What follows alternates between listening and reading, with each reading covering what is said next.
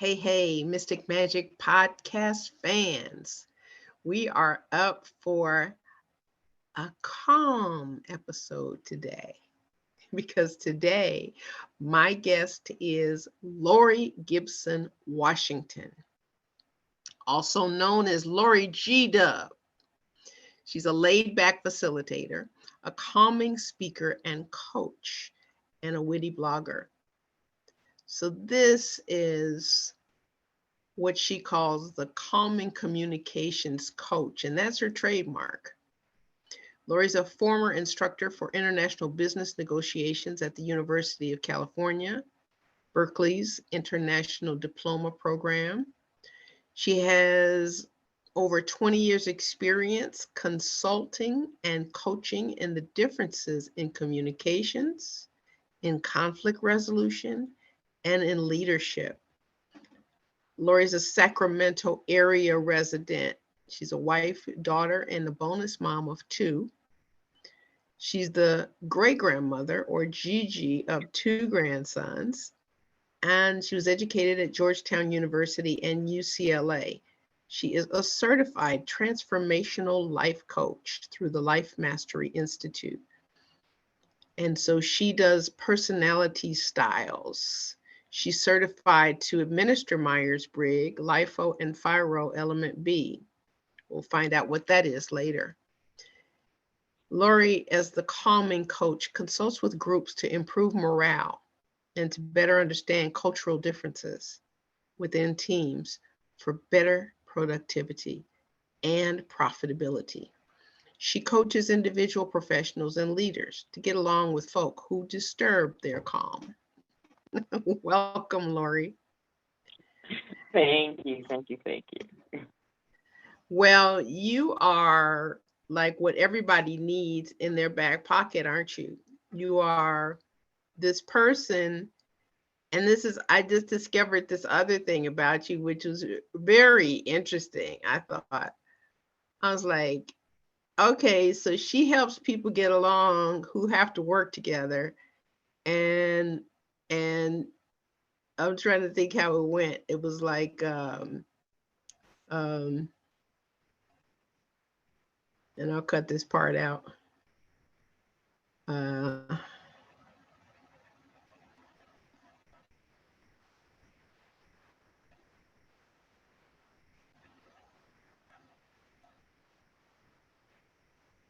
Oh, it must have been yeah. one of those personality things about anger. um I'm typing with my left thumb, so I want to get the exact wording down. She is known for helping professionals and leaders get along better with those who disturb their calm. So, how do you do that, Lori?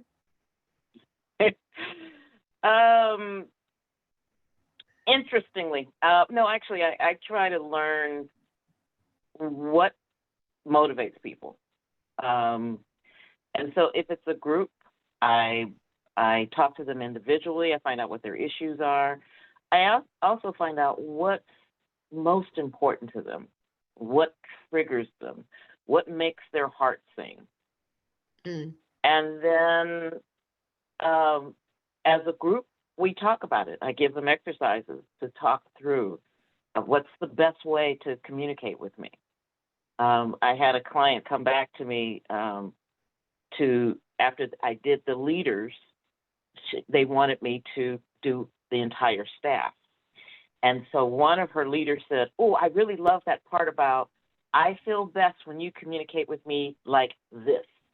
Can we do that one? Because that really made me feel wonderful." hmm And so that's from a group perspective. From an individual perspective, kind of like the confidant, like you said, the person in the back pocket, where it's no holds barred. You can say whatever you want to. As a matter of fact, I say to them, say it to me so you can keep a job. Because, when you get angry with people, and particularly your boss, some of the things that you think, and if they come out, you're not going to have a job. And so I let them spew it. And then it's like, okay, now let's strategize on how can you get that message so that the person hears what's most important to you and what you want them to Right. stop or start or continue doing. Okay. So is this something intrinsic to you where you like this as a child? I mean, how do you know how to bring peace into the space? It's a little bit of both. As a child, I was the kid that was the mediator. So if a fight broke out, I was the one in the middle of the fight and going, no, no, no, come on, we got to love each other.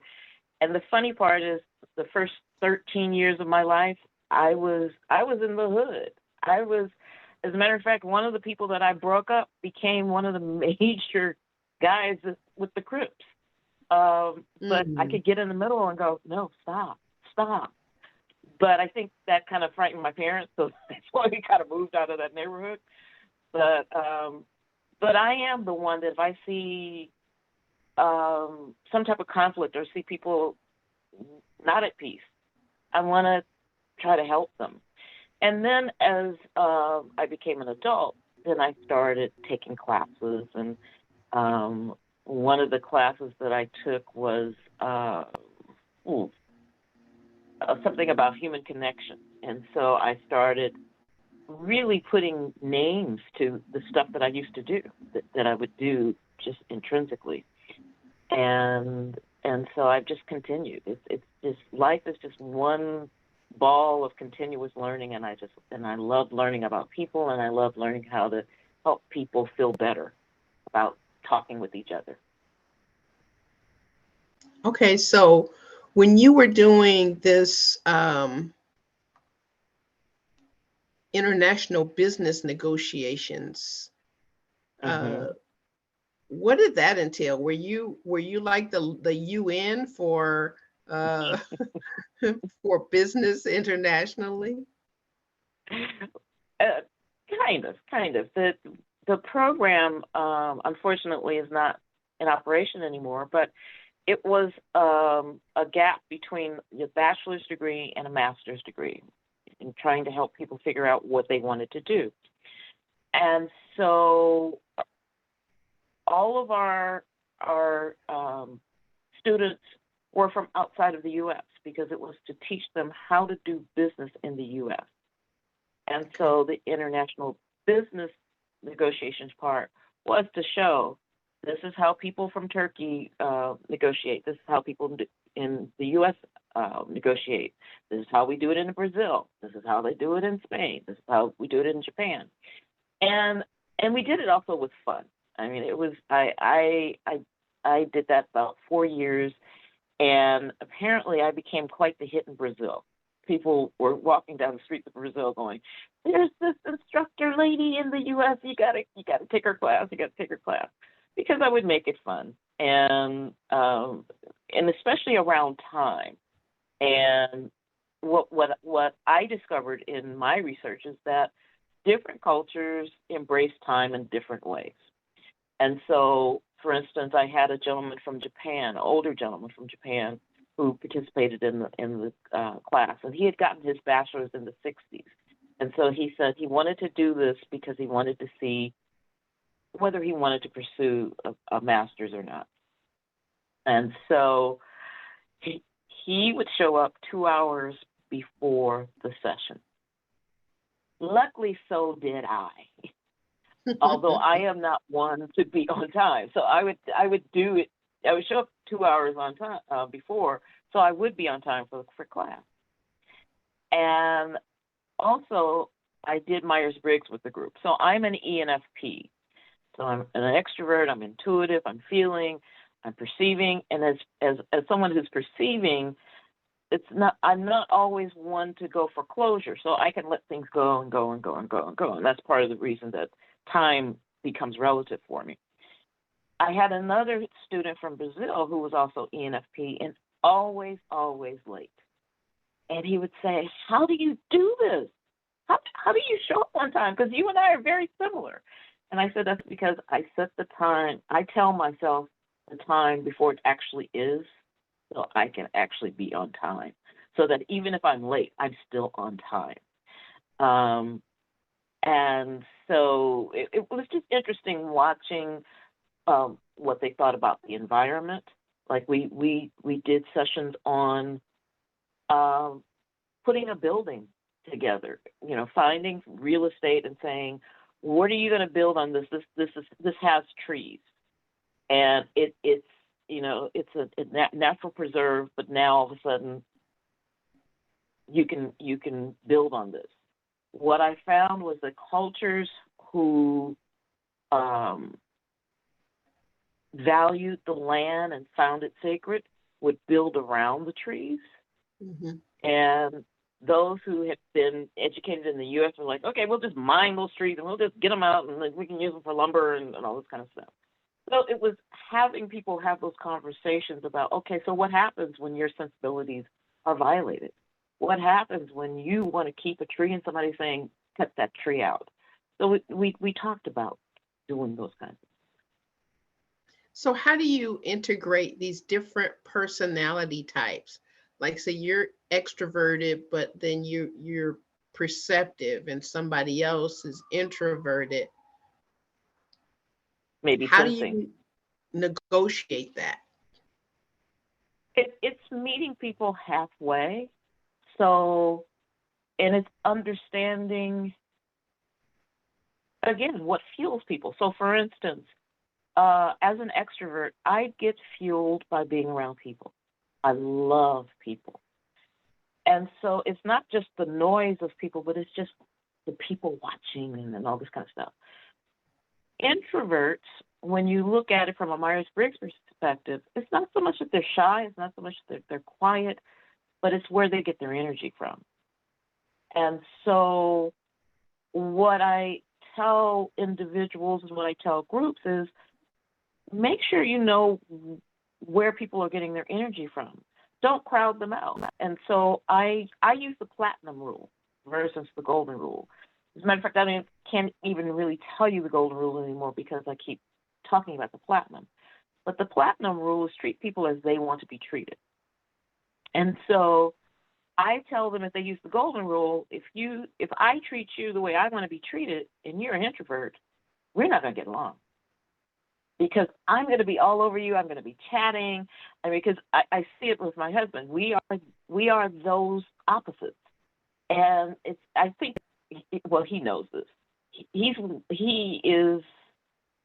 guinea pig for a lot of my workshops and so forth, because it's one of those where when I am energized, I love to talk. And I'll just talk and talk and talk and talk and talk and talk. And he's an introvert. He gets his energy through reading and just being to himself. And then he'll kind of look at me and go, oh, somebody was hyped up this morning, huh? And then I'll go, oh, sorry. But then he has his moment where he talks and talks and talks and talks and talks. And so what I tell people is just find the commonality.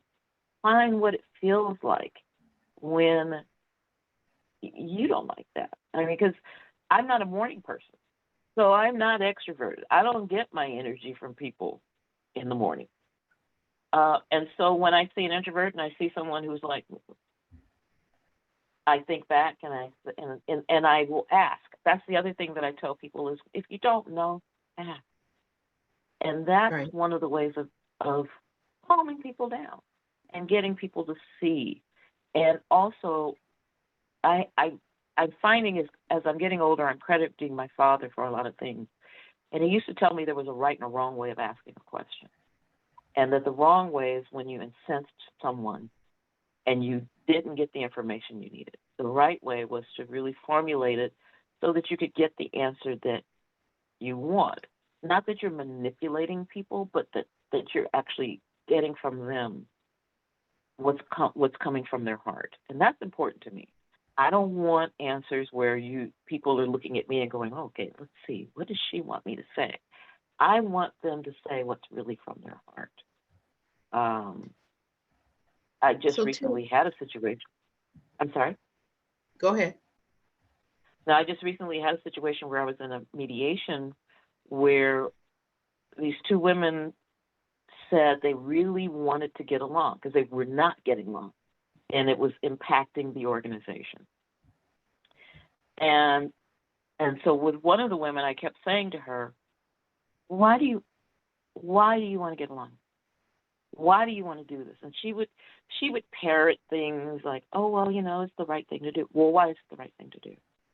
And that's the other thing that I do is that, because I found out about her family situation. I said, you're a loving parent, and how can you show some of that love to this coworker? And her response was, you act like I care. And I said, okay. So now you're telling me you don't care. So what will it take for you to care? I don't know. I'm not interested. And I said, well, you realize then you won't have a job.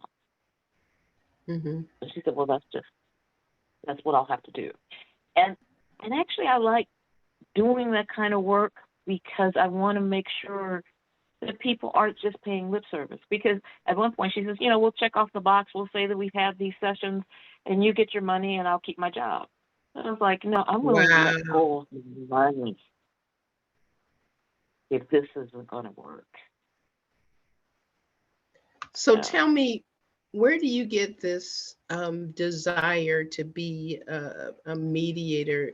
Is there any kind of a spiritual incentive? Have you noticed or identified your faith in any way with seeking to bring people together? To use a cliche, I'm spiritual, not religious. I will say that my foundation was in a very progressive Baptist church. And in that church, it was important. It was during the Civil Rights era. So it was important to give of yourself. And then as I matured, I flitted around with different denominations. I flitted around with different doctrines.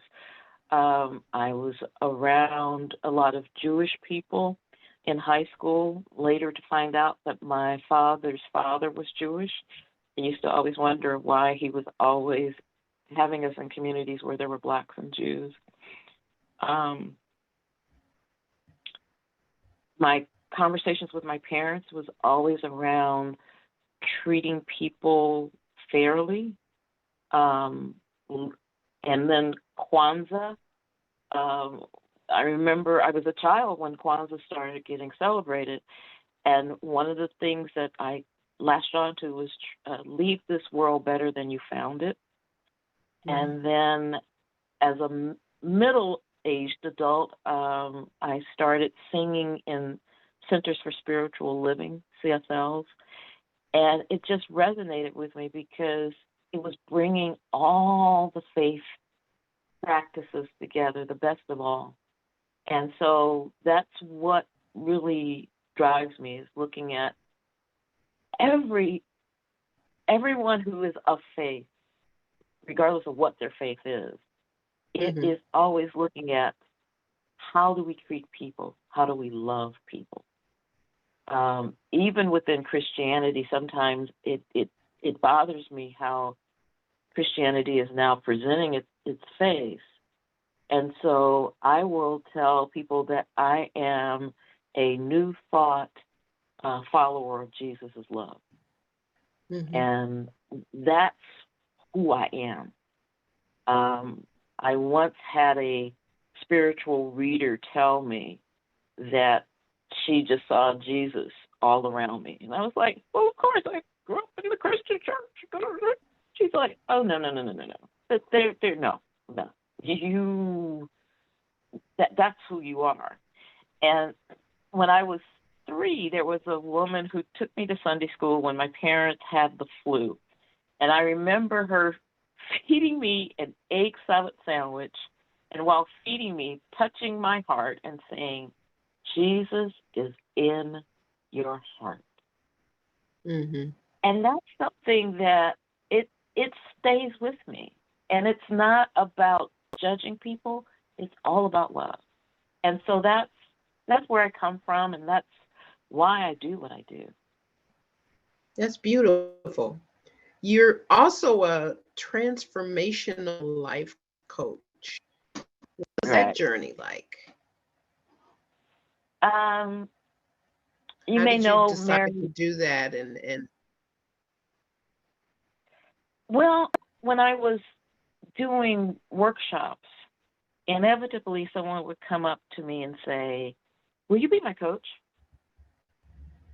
I really didn't know what that meant.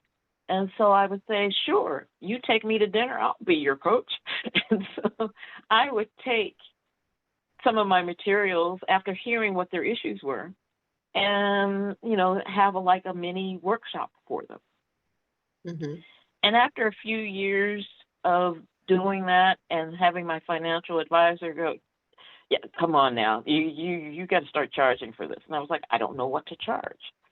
And so I went through Mary Mann Morrissey's Life Mastery Institute, Mm-hmm. and after a year, uh, was certified, um, and so the basis of that is that when someone comes to me as a life coach, what I'm looking at is their health, their income, their relationships, and their creative expression, and how are those meshing together. I'm not one that believes in balance. I think there's harmony with those things because there are times where your health is going to take precedence over your income. And then there are times where the income kind of takes over people's health and relationships, and sometimes creative expression.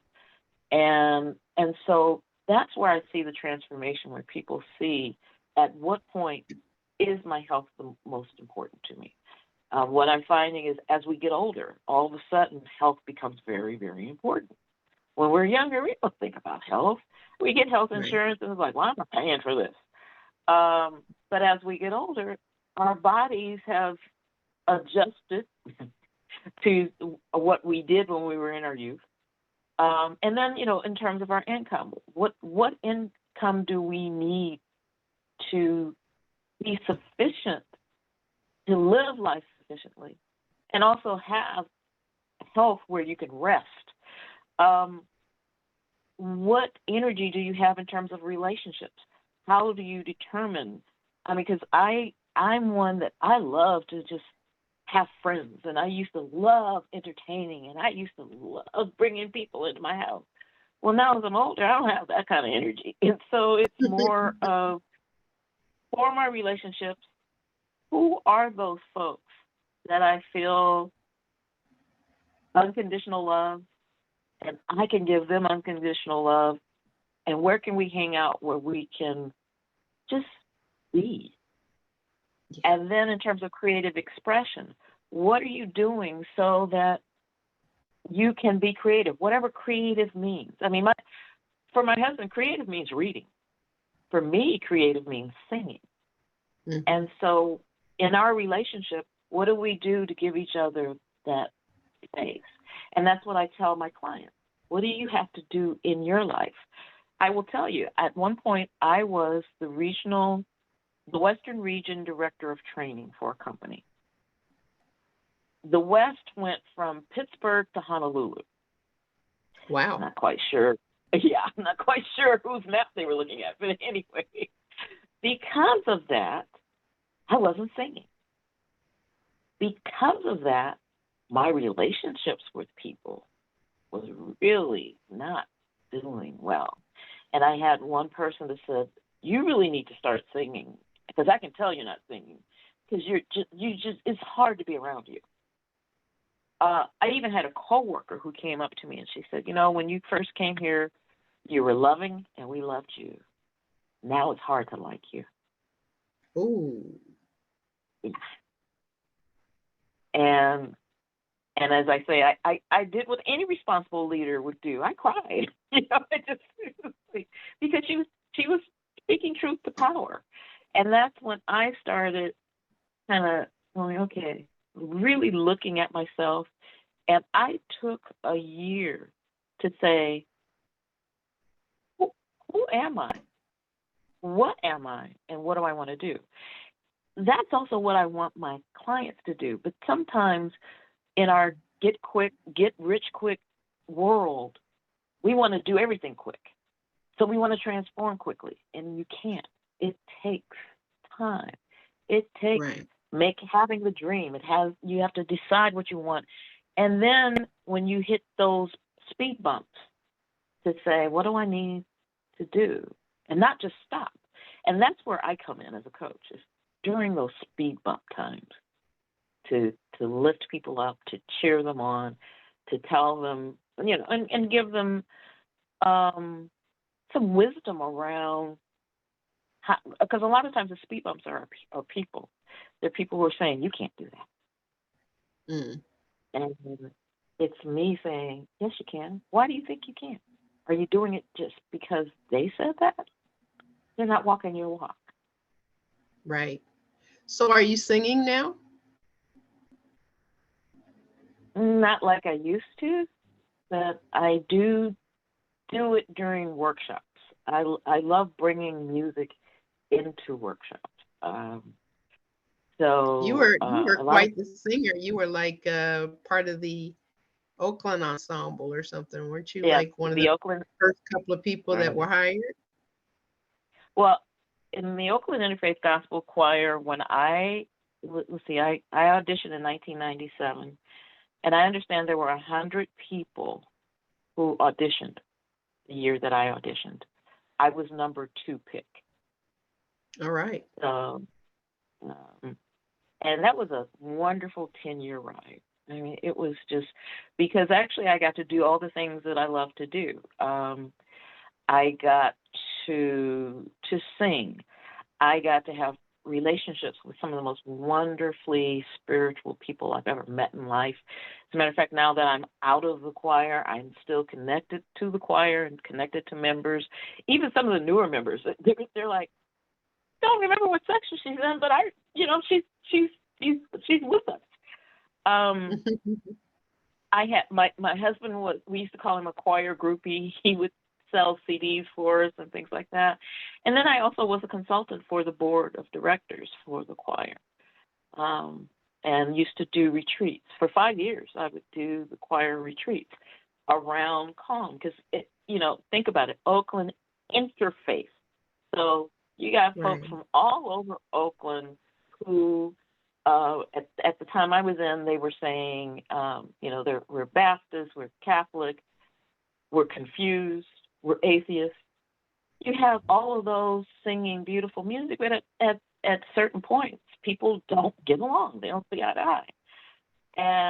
And so it was a wonderful, wonderful experience. And I'll tell you, we had one retreat where we were talking about the name of Jesus, because as an interfaith choir that initially was established by Jewish people, they loved the music, they loved the rhythm, but they didn't like saying Jesus.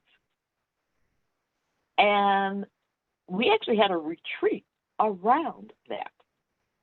And I actually recruited co-facilitators because I said, I'm too close to it. So when I see myself getting defensive, or I see myself going, well, why can't Jesus be in the song? I'm going to back up. I'm going to let you all facilitate those discussions. And one of the coolest things that happened was there was a young woman who now is one of the head coaches for The Voice. But at that time, she was a teen, and she said, how dare we, who want to sing this music, but we really don't know the background, come in and tell them what to sing and how to sing. We should feel honored. And I was like, oh my God. And so at one of the breaks, I pulled her aside and I said, how did you come to that? She said, I've been listening to you.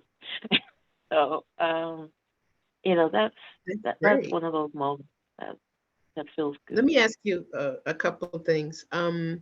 And as part of your bio, I said that you administer Myers-Briggs, LIFO, and Pyro Element B. You want to tell us what those are, what they're about? I guess most people Uh, know what Myers-Briggs is, but yeah. Most people know Myers-Briggs, where it's looking at extroverts, introverts. Um, Pyro Element B was developed by a gentleman named Will Schutz in the 50s to deal with post-Korean War soldiers, and it looked at the levels of inclusion, control, and openness that we want and that we give. And it I don't use it as much because it gets a little deep, and a lot of times people don't want to go that deep. But it looks at, you know, do I want to include people? Do I want to be included? I'm very high inclusion. I want to include people. I moderately want to be included. If you invite me, fine. If you don't, okay. In terms of control, it looks at what level of control do you absolutely need. There are some people who need to be in control. If they're not in control, they aren't participating. I tend to be moderately high in control, and the feedback I get is that I want to influence people. I don't want to manipulate them. I want to influence them, and I want to influence because I often say, if you use your powers for good. Right. However, I don't want to be controlled. Don't control me. I'm a 0. The scale is 0 to 9. I'm probably -9. And an example was when I got certified. One of the exercises was one person laying on the ground, another person standing over them, looking at them. And I said, I'm not getting on the ground, and I'm not having this person stare at me. And they said, well, Laura, you have to do this. I don't have to do anything. My mother used to say, all you got to do is stay black and die. But I didn't say that. I was like, no. They said, well, you're stopping the flow of the workshop. Well, I can leave because I'm not getting on the floor. And then when we were debriefing, I said, now I understand why Black Catholics don't kneel during prayer anymore, particularly at the parish I was participating in Los Angeles, St. Bridget. We would stand. Now, part of it was also people's infirmities, trying to kneel, get up, kneel, get up. But it was also, we viewed Jesus as our brother, and we revered God, but we didn't think we needed to genuflect. And there was a whole thing about the Josephites saying to bring in your culture into the Mass. And so we really did look at African and African American practices in our Mass. And so we made the decision not to stand. And then the other part of Pyro Element B is openness. And it's around trust. And when I have a client who has trust issues, this is when I really bring it out, because it looks at the level of openness. And I am moderately open, and I really don't want people to be open with me. But apparently that's one of my areas that I need to work on, because where I'm not really interested in people being open, they will be. And so then I have to do a shift within myself and go, oh, wait, do I have the time? Okay, yeah, I'll do this. And I'll give you an example. I was on a plane with going to Houston, and on then Continental Airlines, and there was a married couple in the middle seats. The wife was in the seat next to me, and the husband was in the middle seat in front of her. And I said, I'm willing to shift seats so you all can sit together. And the husband raised up and he said, oh, no. I said, oh. He says, we'll have enough time to spend with each other. Oh, okay. This is where my openness gets me in trouble, by asking questions. So I said, so are you thinking about having children? She goes, no, I'm bipolar, and I broke up every dish in the house before we left, and that's when my husband said we couldn't have children. I went, oh. And I'm thinking, not my pay grade. Oh my God, what did I open up?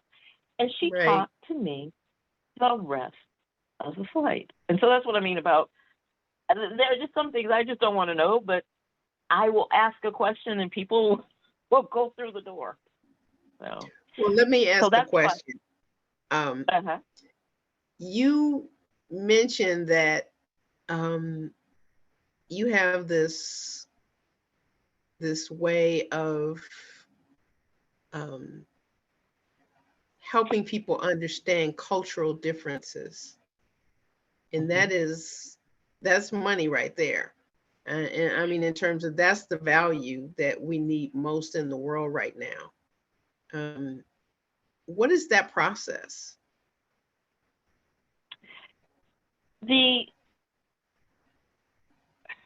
reason I'm hesitating is I'm looking at what worked and what has worked and what angry people want. I've been doing diversity or DEI work since the 90s. And one of the things that I found, especially in corporations, was that white people would think that we were coming in to tell them you're bad and you must make up for all the bad things your ancestors did. And I do see some memes now on social media that says, we're not asking you to make up for your ancestors. We're just asking you to change the system. And so that's not an old thing. And that's actually how I work with people. But it's also so that everyone knows we all want to be liked. We all want to be significant. We all want to be competent and be seen that way. And so, and also to allow the majority to understand that which used to be called the minority, because actually people of color have become the majority. Right. But those who majority in power, it's not taking anything away from you. If anything, you're getting more love, which is something that a lot of organizations don't do. And what I've seen is when they embrace the concept of love, when they embrace the concept of collaboration, they tend to work better. And so I actually use LIFO, life orientations, as the foundation for that, where it looks at harmony, excellence, action, and reason. And that we need all four of those. And some people can actually operate using all four. But harmony focused people look at the group and they say, what can we do to make the group better? Excellence-oriented people look at individuals and say that lone person who's in the corner, how do we bring them in? The action-oriented person just says, let's do this. We got to do work. Let's do it.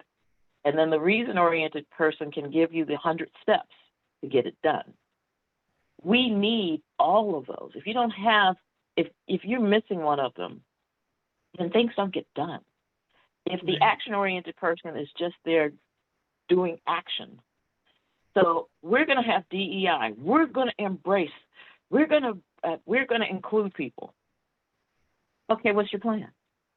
We're going to do it. That's not a plan. So you need that reason person to say, here are the steps that we need to take. You need the harmony and the excellence people to come in to say, this is why. These are the relationship-oriented reasons for doing this. And so I use that to first have people understand themselves and understand when they first felt different, and then move into the cultural differences, the religious differences, even writing and speaking differences. And one that usually gets a lot of fun is the time differences among cultures. I mentioned about with the foreign-born folks, but within the U.S., CP time and Jewish Standard Time and Gay Standard Time. We talk about all that. We laugh about it, and then we say, well, what do we do? Are we going to be flexible about this, or do we truly need to say, like with Oakland Interfaith, we would have our performance time, and then we'd have our call time. And a lot of times, call time was 3 hours before the performance. And and it wasn't that we weren't doing anything, but it was to ensure everyone was on stage when we were supposed to be on stage. So it's helping organizations understand how to do these things. Now, in terms of hatred, I'm sorry? Go ahead. So I was going to say, in terms of hatred and conflict and people who just don't like each other, that's when I use my conflict skills within a diversity setting. And actually, my clients have said that the thing that they like about the diversity work that I do is really looking at the conflicts that have started because of microaggressions, because of people making comments to each other that trigger, and just unpacking all of that. Yeah. This is great stuff, Lori. I know that people are going to want to get your services. I know you've probably got a full client base, but where can we send our audience and tell them that you have going that they can check out? I'm at Calming Coach on Facebook. Mm-hmm. I'm at thecalmingcoach.com, my website. And on LinkedIn, they can get me at Lori Gibson, Washington. That's wonderful. Now, before we go, tell me about a mystic moment you had with God that changed your life.